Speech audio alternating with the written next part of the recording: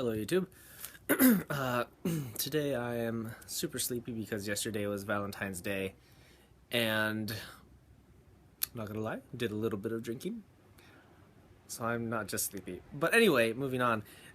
Today I thought I was gonna do a video about my 2014 years in ALT, but as I was making the list, turns out that that's actually a pretty long list, so I'm gonna divide this video into two parts. The first part being the not so good things that happened to me and what I learned from them, and part two being the good things and what I learned from those. So, right after I got here, first I was recovering from surgery, but that's not, I'm gonna skip over that. I was okay.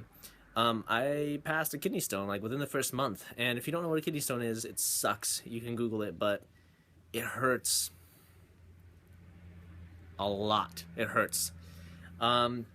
So when I started passing this kidney stone, I happened to live next to the hospital, and I went over, wobbled over to the hospital, and didn't speak any Japanese, and just used the very little Japanese that I had known at the time, and try to explain that I was in pain.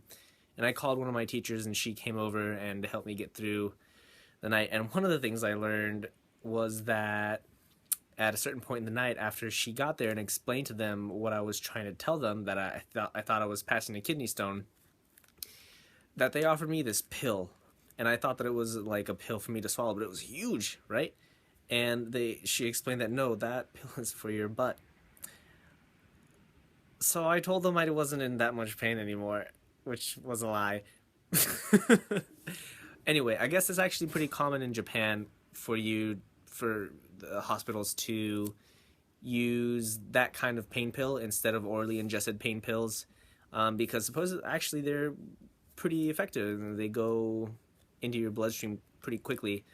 I don't know that from experience. I did not find out. I hope I don't have to. Anyway, another thing I learned is that at the hospitals here, they X-ray pretty freely, and I don't necessarily have a huge problem with that. But I mean, over the course of this last year, I was probably X-rayed, and I'll explain why. I was probably X-rayed like 8 to 10 times. I feel like that's a lot of X-rays. They were very friendly, very nice to me, and they gave me some pain medication, and I came home and I was okay. Maybe the next thing I want to talk about, also related to the hospitals, that I got hit by a car in my first year here. I was on my motorcycle bike. I was going down a hill, and it was rainy, and I was not wearing a helmet. I hope my mom doesn't see this.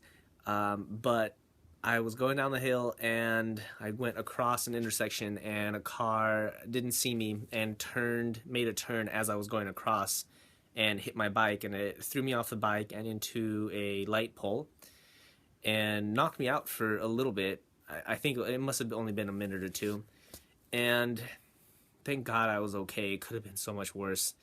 And I woke up, and the people that were driving the car, they had stopped, and they were very concerned, and it was right next to a gas station. They called an ambulance, they called a cop car, and the ambulance arrived, and I had a bad experience in America with an ambulance that I didn't actually have to take, but they suggested that I take it, and they ended up charging me like $400 a mile or some crazy ridiculous whatever. So at first I just told him no, I can't, I don't even want to deal with that. I don't even speak Japanese. But they got me into the ambulance at the end of the day, and the people that hit me with the car, they followed me to the hospital, and the ambulance took me there, and I was really nervous about the price. And at the hospital, they x-rayed me again. Nothing was broken, just some pretty heavy bruising. And I went, and they didn't offer me the regular type of pain pill. They just gave me some pretty strong pain medication and sent me on my way. I got it was a Friday, so I took that Friday. It was a Thursday, so I took the following Friday off of work, and then I took the next Monday off of work. But on a little side note, in between that, even though I was in pain, I went to this ALT party at a beach, and I didn't do much while I was there. I mostly just laid down. It was a farewell party, so I felt like I had to go.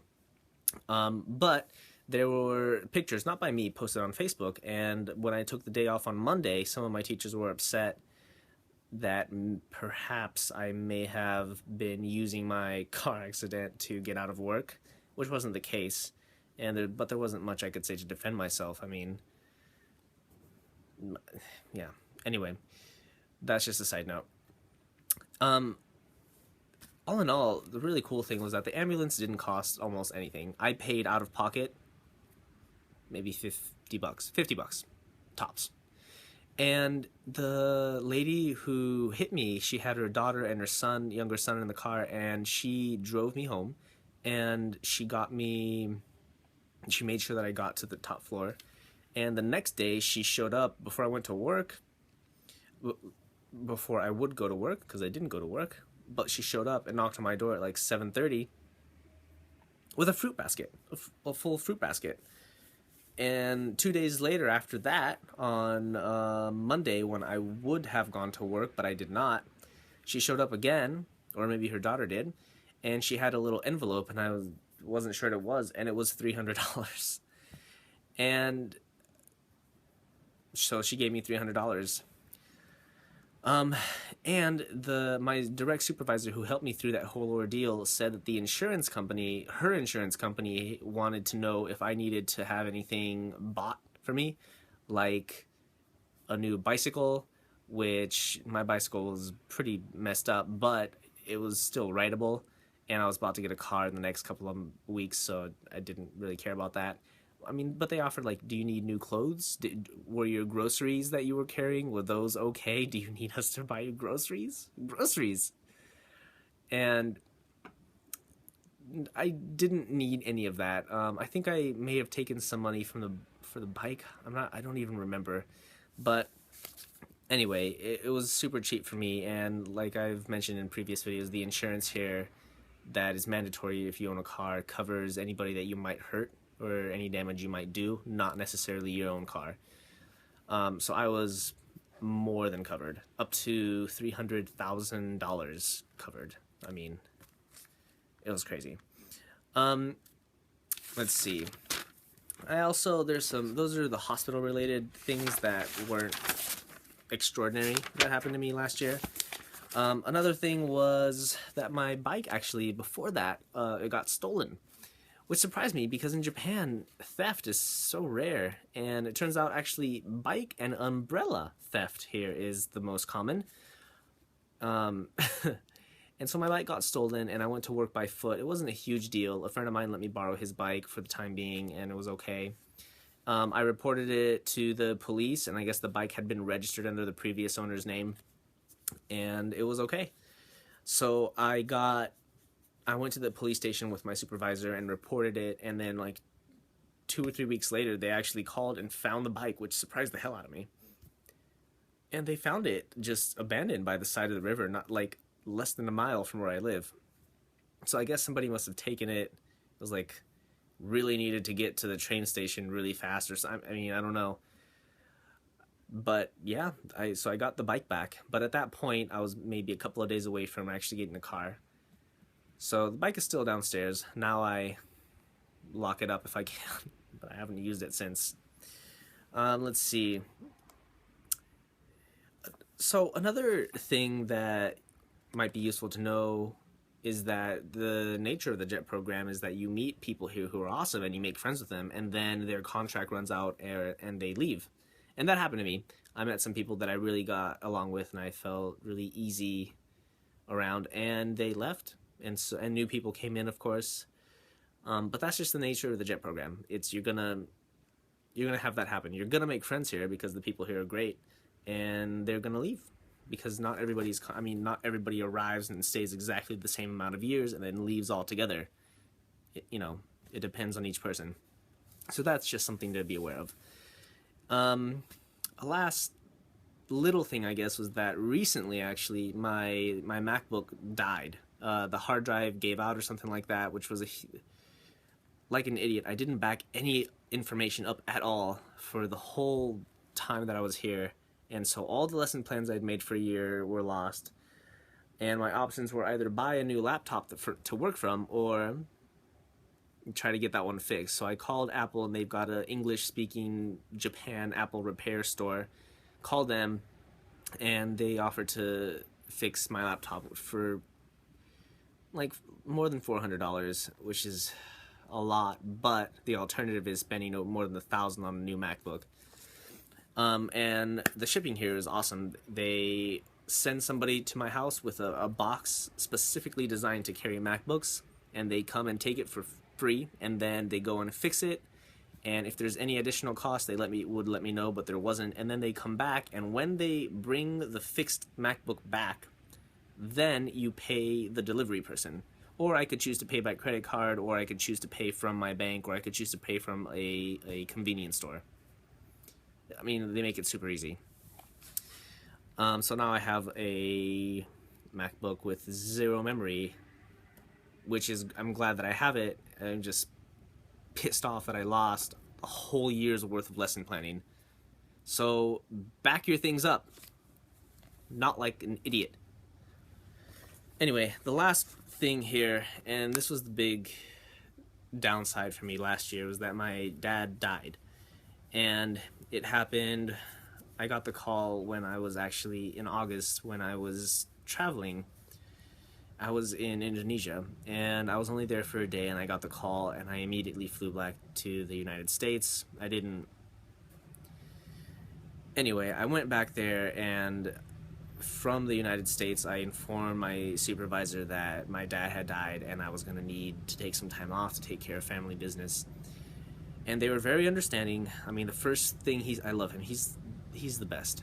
The first thing he said was, "Do not worry about here. You are safe here. Your job is secure. Your job now is to take care of your mom and your family." I love him. But because I needed, when a family member dies, if it's a direct, close family member, like a mother, father, sister, brother, you get 10 bereavement days, consecutive days, not business days. So you get 10 days from the day you inform them, or from the day he died. And that wasn't enough for me, so I actually had to take a couple extra vacation days to deal with the problem, which, that's okay. And so if somebody dies and that's not a direct family member, like an uncle or an aunt or something like that, you get 5. And I think if a friend dies, there's nothing in your contract about bereavement days. One thing that I would suggest is that when you're booking flights, if that happens to you, I hope it doesn't, it really sucks, but if it does, request bereavement flights. Those are actually cheaper, and I didn't do that, and it was expensive for me to fly back on the same, I mean, buying a ticket to the US, like, today, let's go, it's not cheap. So that's just talking about bereavement days and what I learned about that. So that's something that if that happens to you, you're going to have to think about and get that timing right. Anyway, so that's an overview of the bad things that happened and what I learned from them, and the next video is going to be the good things to end on a good note, which I will enjoy talking about much more. And then from then I'll move on to advice about teaching as an ALT and things like that. Anyway, thank you. See you.